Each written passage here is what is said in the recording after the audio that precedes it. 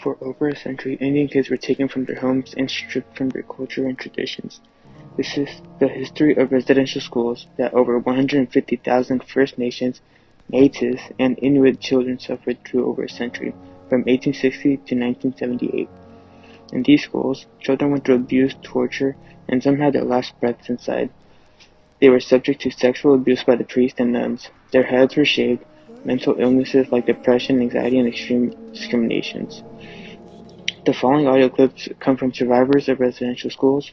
Some testimonies come from written documents and will be voiced by an actor. When asked about their experience with the residential schools, Riley Burns, Abraham Ruben, Lousie Hall, Harry Langille, and John Jones, along with many others, all brought up two main subjects: abuse and language. I grew up hating the color of my skin. I wanted to be white. I didn't want to be an Indian. I didn't know who the hell I wanted to be. I wasn't accepted by the white man. I wasn't accepted by my own people in my reserve. And I used to listen to little girls crying next to the wall. Hear them little girls crying for their mums. For a whole month, when they first get there, it's all you hear is crying. Little girls, little 4 or 5-year-old girls. You get into the lineup, say to get you in, cut the bulk of the hair off. After they put you through the delousing or whatever they call it, you're in for showers. Scrub down into another lineup for your clothes, and most of the kids couldn't speak English.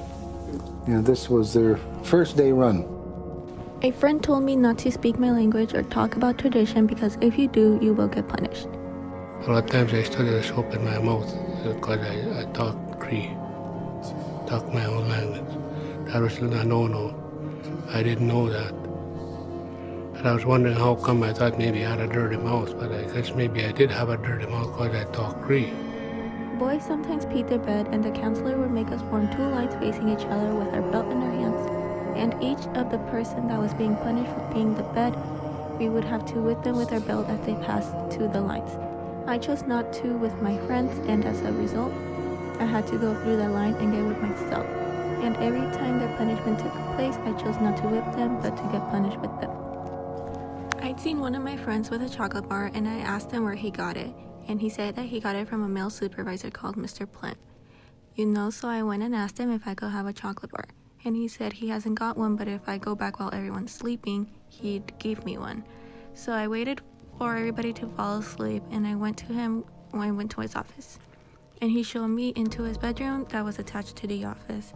That's where the sexual abuse stopped.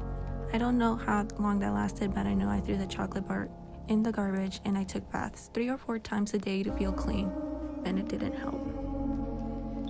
Indians all over the world still suffer from many issues today, even after the closing of residential schools.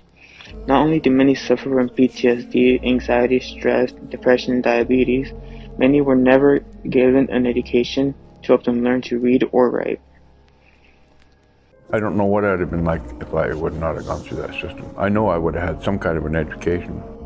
I got no education at all. I can't read or write. And the places I was, they didn't care. These are the experiences from residential school survivors, an eye-opener for many and a sad reality for these survivors.